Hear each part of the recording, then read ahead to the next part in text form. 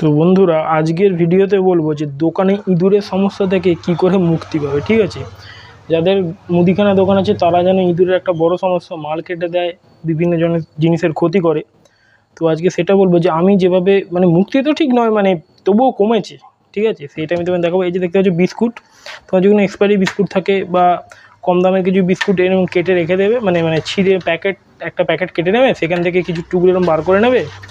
বার করে কী করবে, যাওয়ার সময় যখন দোকান বন্ধ করবে তার আগে বিভিন্ন জায়গায়, ঠিক আছে, বিভিন্ন জায়গায় এইভাবে একটা দুটো করে এইভাবে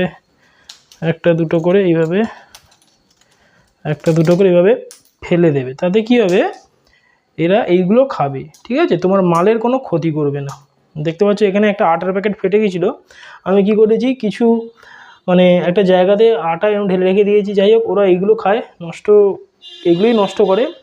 আমার আটার বস্তা বা ময়দার বস্তা কোনো টাচ করে না। ঠিক আছে, আর যাওয়ার আগে এরকম সবে এঁটে যাবে তোমরা র্যাক ট্যাক যা থাকে কাঁচের, দেখো আমি যেভাবে করা আছে, ঠিক আছে, এরকম করে এঁটে যাবে। এগুলো একটু মনে করে এঁটে যাবে। আর দ্বিতীয় কথা, আলো যা জ্বলছে, ঠিক আছে, যাওয়ার সময় কিন্তু অবশ্যই আলো জ্বালিয়ে রাখবে।